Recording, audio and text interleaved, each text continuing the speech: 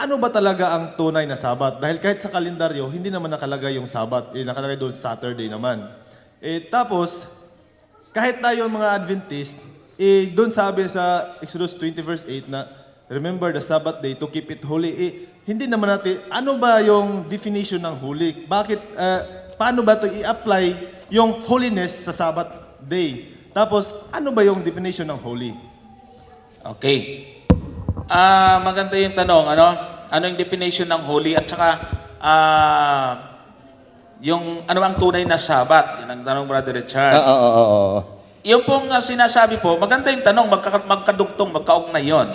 Sige. Napakaganda. Sige. Sabi po dito sa Exodus 20 verse 8, alalahanin mo ang araw ng Sabat upang ipangilin. Kaya tanong kayo na, ano yung araw ng Sabat talaga? Ano yung tunay na araw ng Sabat? Sige. Di nandun din sa kasunod, 6 na araw nagagawa ka at iyong gawin ang lahat ng iyong gawain. Ngunit ang ika-7 araw ay Sabat. Yun ang tunay na Sabat, ang atin pinangingilin, yung ika-7 araw. Kasi po mayroong mga ceremonial Sabat, mga tinatawag dito mga festival or feast, mga kapistahan. Sabat din kung tawagin nila, in the sense na wala silang ibang ginagawa at hindi sila nagtatrabaho. Nangingilin din sila, pero hindi yung katulad ng sinasabi sa ika-7 araw, na talagang nakabukod po yan. Kaya Tama. anong ibig sabihin ng kabanalan? Kabanalan. O pagiging banal? Nakahanda na dito. Oo, Sige. ang sabi dyan, dito remember the Sabbath day to keep it holy. Ayan. Sa English, ibig sabihin, banal na siya. Iingatan na lang natin. Correct. Alalahanin mo ang araw ng Sabat at ikikip natin yung pagiging holy ng Sabat. Oo. Hindi pinapabanal natin ito kung tayo nagsasamba. Hindi. Mangilin ka o hindi, mananatili ang kanyang kabanalan. Hindi mababawasan. Ayan. Oo, hindi mababawasan yon. Banal pa rin siya. Kaya nga tayo ay iniingatan natin ang kabanalan sa panong paraan dahil inilalaan po natin yung araw na yan sa Diyos. Ayan, kasi sa tanong niya nga, ano ba ang ibig sabihin ng holy? Tama. O ayan, mag-word study na tayo dito. Tiningnan ko na yung Hebrew word niya. O, ayan na. Ang sabi dito, ang word niya is kadas. Nang ibig sabihin, to consecrate, Yan. sanctify, Yan. prepare, dedicate, Yan. be hallowed, Yan. be holy, be sanctified, Ganda. be separate. Yun, So, separate, holy yun. talagang, kaya nga alam mo, Brother Johnson, hindi ko na lang nadala rito, pero di ba nung doon sa Chiba, nalala mo? Ginawa kong sample. Ang dami ko pong t-shirt at polo shirt. Pero meron po akong polo shirt na talagang pinakaiingat-ingatan, kulay blue. Hindi ko pinalalaban sa laundry. Pag nilaban ko, sabon pang paligo o sabong mabango ang ginagamit ko. Hindi ko pinapabanguhan ng mga nabibiling pabango sa Pilipinas. Puro imported ang pabango pag yun ang suot ko. Bakit po? Kasi yun po ang kauna-unahang polo shirt na bigay sa akin ng kaibigan naming Cesar Montano. Kaya sa dinami-dami ng t-shirt ko, bukod tangi. Bukod tangi, kung pwede ko nga lang ipapalaminate ko. Kaya lang sabi ni Buboy, isuot mo. Binigay ko para isuot. Pero bukod tangi, ibang pag-iingat ko, yung ibang mga, kahit na sabihin mong mas bago, iba, pinapalaundry ko, bahala kayo dyan. Pero yon talagang sarili kong kamay ang naglalaba, nakababad sa downy, uulitin ko, pati pabango, hindi ordinary. Do puro bigay din naman sa akin yung mga pabangong galing France, galing New York, basta hindi ko pinapabanguhan ng ordinary. Kasi, pinapahalagan ko yon. Bigay ni Cesar Montano. Ganon din ang araw ng Sabat, Brother Johnson. Do lahat ng araw nilikha ng Diyos, ang Diyos mismo nagsabi na itong ingatan nyo. Kasi binukod ko ito. Binanal ko ito. Kaya, ingatan natin. Yan.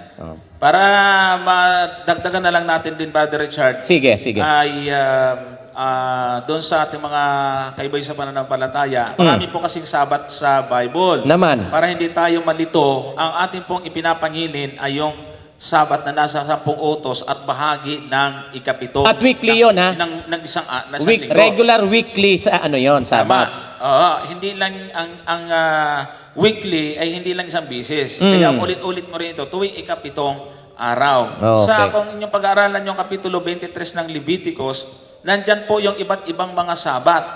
Sabat. Mga festival.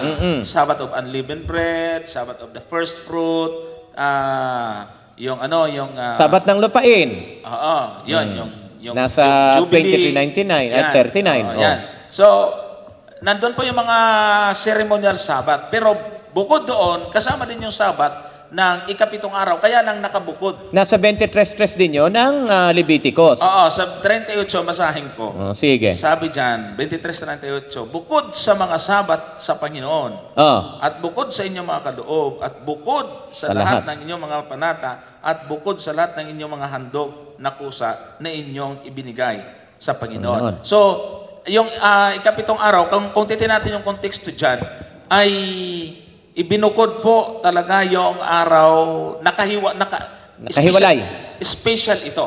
Kasi sabi, sa Leviticus, pag pinag-aralan natin, meron po diyang actually, pitong sabat na ganap, Brother Mga Richard. kapistahan nila Oo, yan. bilangin mo yan, 7 po yan. Kasama po doon yung ikapitong araw. Mm-mm. Pero iba ang kanyang kasi yung ibang sabat doon ay yearly. Yearly ginaganap. Yearly. Oh. Pero yung isa doon weekly. Weekly talaga. Yun yung binukod Ito yung na pinapangili natin. Oo, kasi ang sabi po dito sa Genesis 2 ay special po yan dahil sabi po sa talatang 2, at ng ikapitong araw ay nayari ng Diyos ang kanyang gawang ginawa at nagpahinga ng ikapitong araw sa madlang gawa niyang ginawa. At binasbasan ng Diyos ang ikapitong araw at kanyang ipinangilin sapagkat siyang ipinagpahinga ng Diyos sa madlang gawang kanyang nilikha at ginawa. Kaya nga, ang definition doon sa binasa ni Brother Richard ay napakadami. Mm. Oo. Sineparate, sinanctify, binasbasan, iningatan. yan, Oh. blessed. Tapos, ang mga tao ay binabaliwala yon. Samantalang ang prinsipyo ng Diyos, Brother Richard, Oo. doon sa unang kronika na magiging paborito na natin Oh, ito. 17:27. Oo, pagka ang basbas ba ng Diyos ay pwedeng bawiin, Tao nga, hindi naman nabasa. Nung binasbasan nga ni Isaac si Jacob, supposed to be kay Esau yun eh. Oo. Gustong bawiin ni Esau, wala nang nagawa si Jacob eh. Naibigay na eh. Oo. O ito yung sabi sa unang kronika 17. At ngayon, kinalulugdan mong pagpalain ang sambahayan ng iyong lingkod upang mamalagi magpakailanman sa harap mo sapagkat iyong pinagpala Yan. o ang Panginoon at Yahweh magiging mapalad magpakailanman. yan, di pwedeng alisin yan. Kaya yung mga nagsasabi, hindi na, linggo na. Mali na pala yung talata.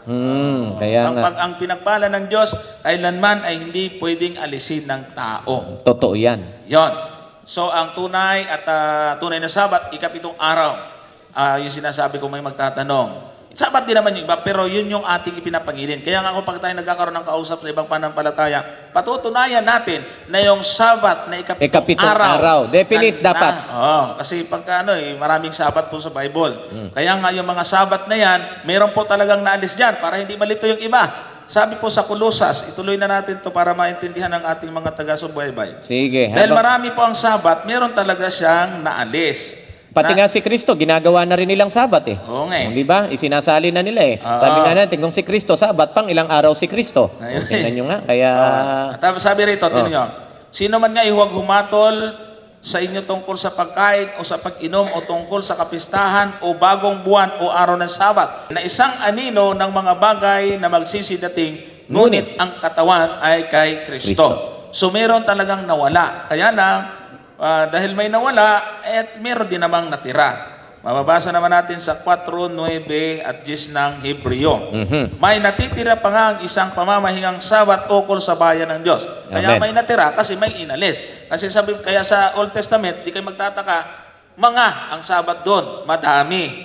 Kaya meron, kaya tama ang sinasabi na merong inalis at meron namang natira. Ano yung natira? Sapagkat ang pumapasok sa kanyang kapahingahan ay nagpapahinga naman sa kanyang mga gawa, gaya ng Diyos sa kanyang mga gawa. So ano yung tinutukoy na kagaya ng Diyos? Sa panahon ng creation, pag ikadating ng ikapitong araw, nagpahinga sa kanyang gawa kasi natapos na yung kanyang gawain. So, yun yung natitirang araw para sa bayan ng Diyos, sabi po dito.